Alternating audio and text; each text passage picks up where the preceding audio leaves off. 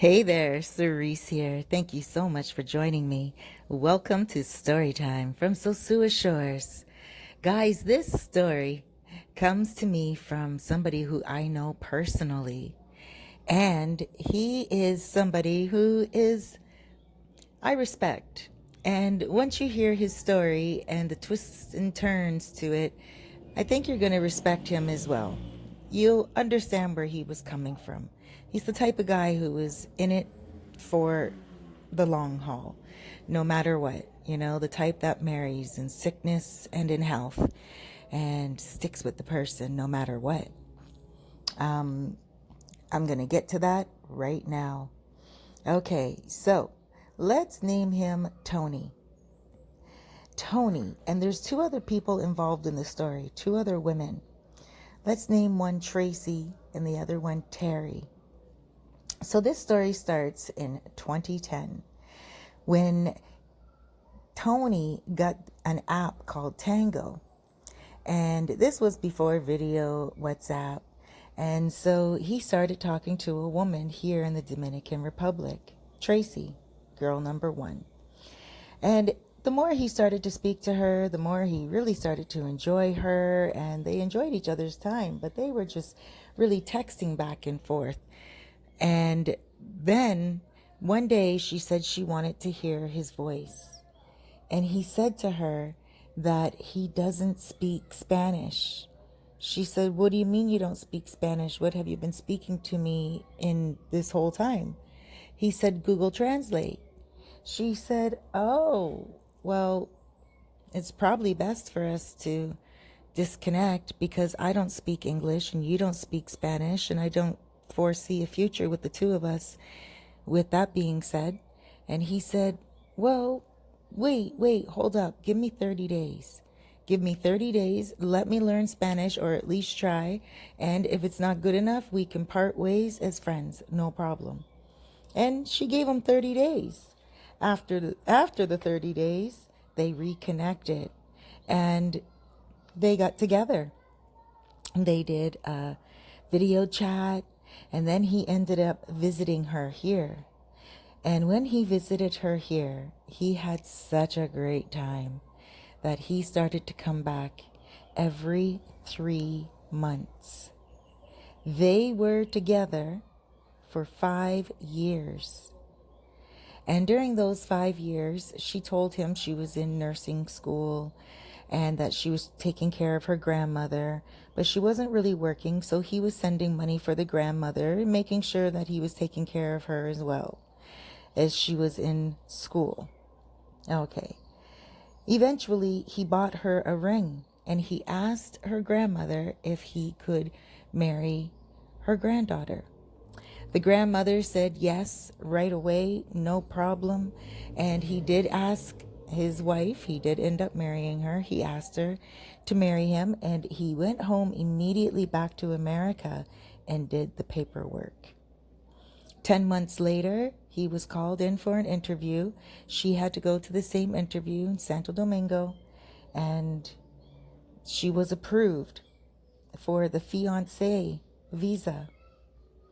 And she went to America. They got married, and they were living together for 2 years. And for 2 years, everything went really, really well. Oh, Tony told me it was so great. You know, like he said that she was the love of his life. He married her for that reason. He sent her to English school, and he also got her a job. And when she was working in America, not only did he get her a job, he also paid all of the bills. And she was able to keep her money because she made a considerable amount less than him. So she worked just to take care of herself, right? And he didn't make her pay any of the bills. He introduced her to other Dominicans in the neighborhood so she could have a sense of community. And he allowed her to really mesh into the culture and find herself and be, one with him and center. After a while, her little brother went to America, and he had a job in a napkin factory in the country area, in a rural part of America. And Toni went to go visit him. And when Toni went to go visit him, Toni said, "Hey, what are you doing here? Like, what are you doing all the way out here?" And the brother said, "Well, this is where he was sent, kind of thing, and there's nothing else he can do." And Toni said, "Well, the next time I'm here, I'm going to pick you up and you're going to come back with me." And the little brother said, "Thank you." And so said, so done. Toni went and picked him up and took him into the urban setting. And the younger brother, he was a barber, so he was able to sharpen his skills and become a lot better with his career. And he was able to get a job in the field that he wanted to get into. So that was great. And there was one thing, though, one common thing that Toni kept noticing from that brother and the older brother in the Dominican Republic here. He would notice that they would tell him to get himself another woman, that their sister is not good enough for him, that he's too good for the sister. And he couldn't figure it out. He kept thinking that they were just trying to trick him. But they said it often enough to make him feel confused about it. So now fast forward. The wife is working at a job where Toni knows the people. And so one day, Toni's at work and he gets home from work, and the manager from the wife's job is in the house assembling chairs. Now, granted, Toni admits that he's not the construction guy around the house and everything, posting up photos and pictures and all that. He's not really that type. So he didn't mind that the manager was in the house assembling chairs. It was innocent enough. But he said to his wife afterwards, he said, "Hey, listen, if anyone's going to come by, you need to let me know. That's just respect. Like, you have to let me know, and we're going to have visitors." And she's like, "Okay, no worries. He was just helping out." So this is the manager where she was working. And so now, fast forward again, and Toni was late filing for Traci's green card.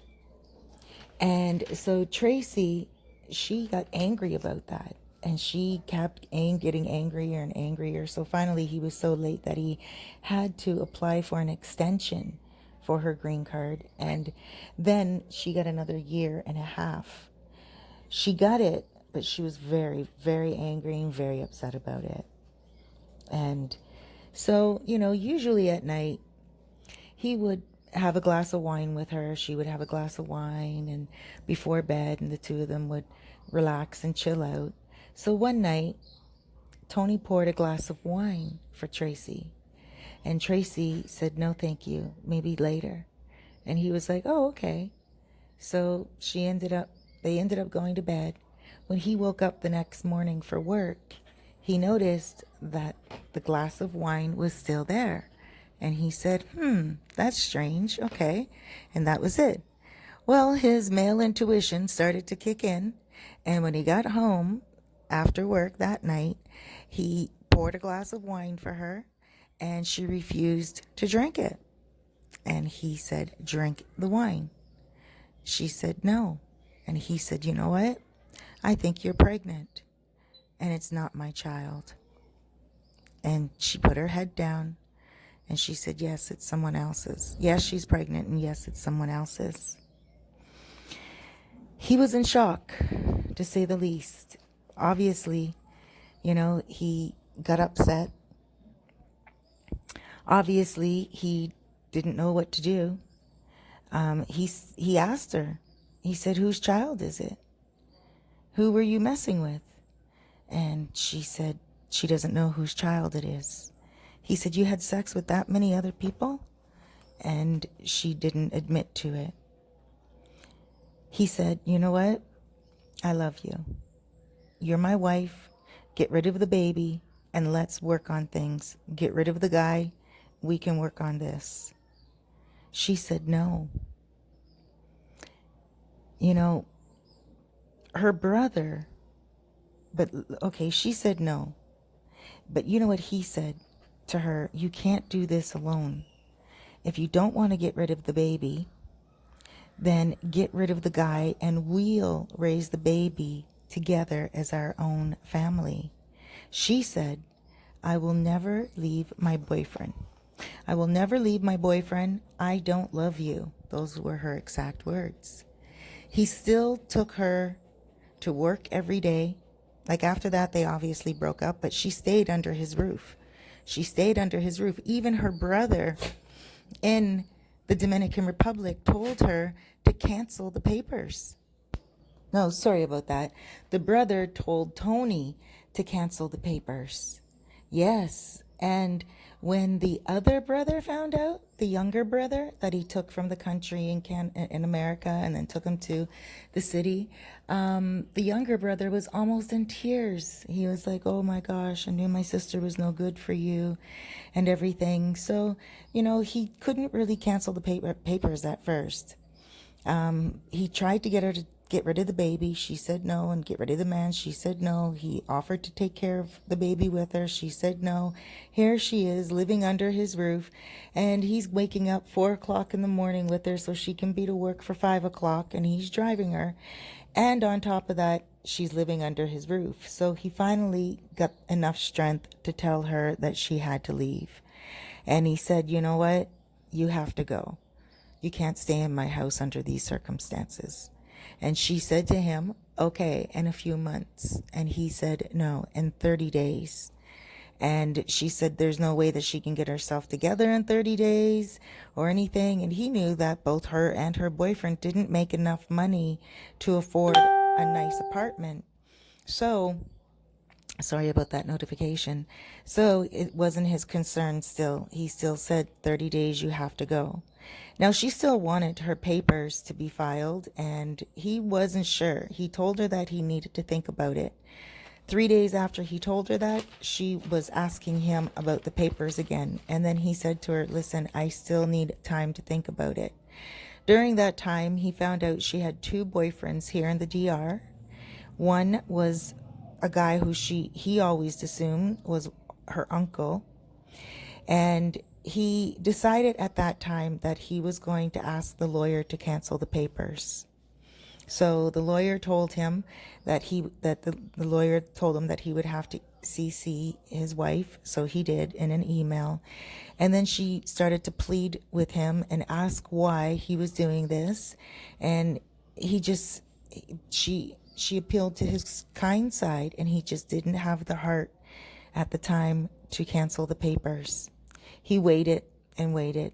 He waited 4 to 5 months. She never apologized. She never showed any act of kindness, any type of remorse. She acted like he owed her. So finally, he sent the papers in to what I think he said the acronym is USCIS. So, you see, even with all that being said, when he visits here now to the Dominican Republic, he still hangs out with her brothers. He hangs with the brothers, and the older brother, he offers to get him women. And he knows now, back then he thought they were trying to trick him. He knows now that, no, they weren't. But now there's more to this story. There was 2 women, okay? The other woman's name is Teri. Now, he was talking to Teri and Traci at the same time 10 years ago. This all happened 10 years ago. He was talking to them at the same time. Now, when he was talking to them, he really liked Traci because Traci gave him all the time that he needed when he was here. So during the time that he was here, he was able to get to know her. He thought she was really in nursing school and that she was just making time for him. Teri couldn't make time for him because Teri had to work. She had a full-time job in Puerto, Plata. She had a daughter, and she also had a mother. Now, he was honest with Teri when he told Teri that he met someone else and he's going to pursue a relationship with Traci. Teri thought, okay, well, Thank you for telling me. It's very honest of you. Teri said she didn't know too many men in her life that were that honest. And I thought that was sweet too, you know? So they never were intimate before, him and Teri, but the other woman in him was. Him and Traci were intimate, and he ended up dating her for 5 years, like we said, already know. And during those years that he was married, he would always still stay in contact with Teri, and the two of them would say hello on birthdays because their birthdays were very close to each other, a day apart or 2 days apart. So they would always say happy birthday to each other and everything, and on special occasions they would be in touch, be in contact. Well, once he had his falling out with his wife, he started to contact Teri a little bit more, and Teri noticed that they were talking longer on the phone together. So Teri asked, "Hey, how come we're talking so much more now?" And he said, "Oh, he told her the story that he separated from his wife, type of thing." Now, he was too embarrassed to tell her about the truth, the entire truth, but he just let her know that they are no more and that he's now a single man again. And I think that was the most important thing anyway. And he was being truthful about that. And so Teri said to him, quite honestly, that when he told her that he had someone else, he broke Teri's heart. And that Teri felt like they would have been a really good couple.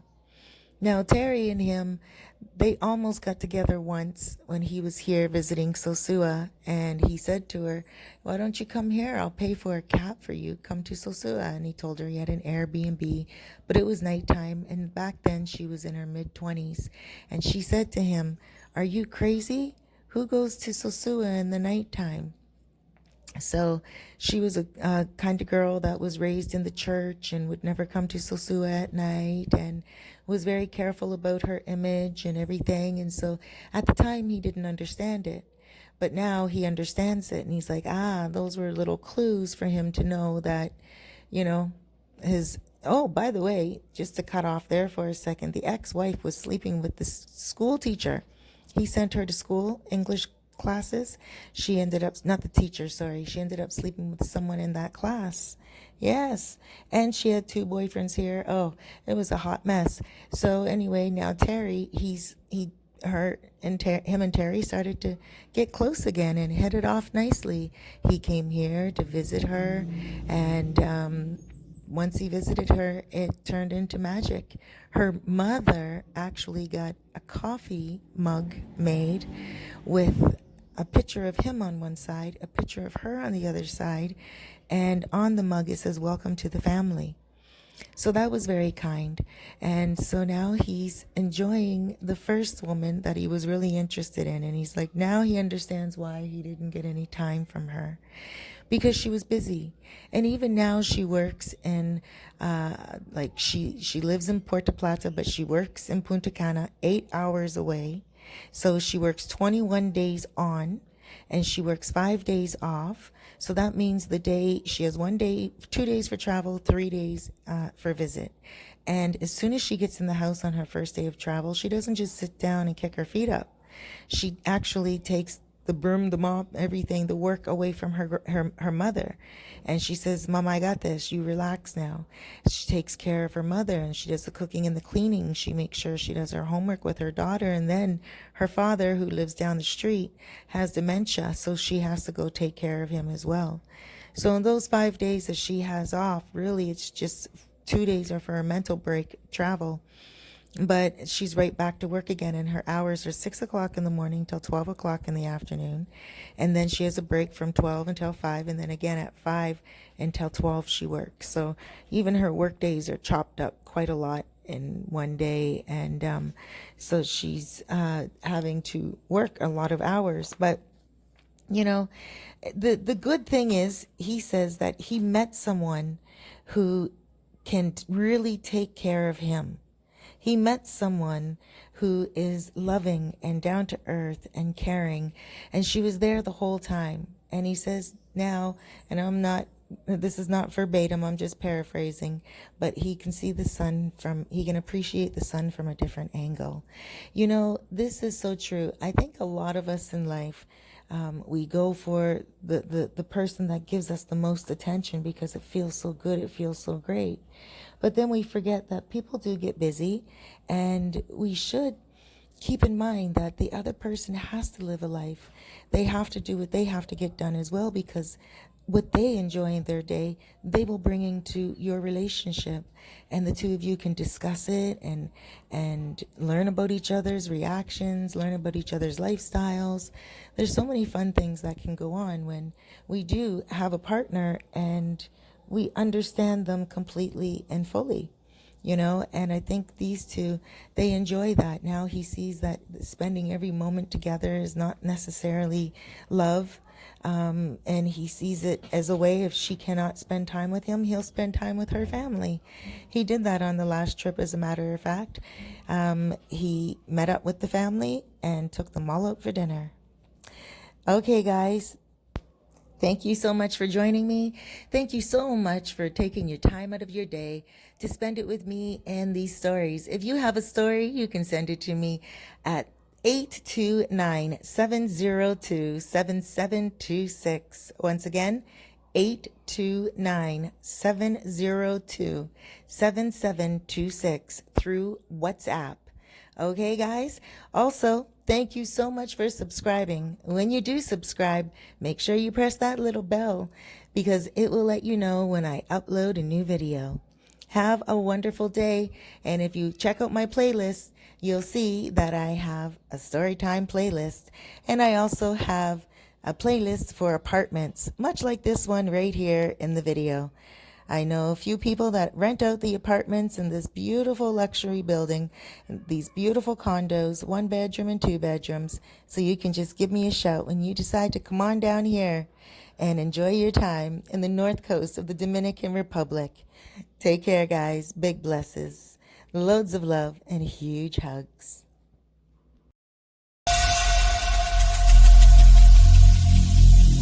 Every single day I'm gonna make it.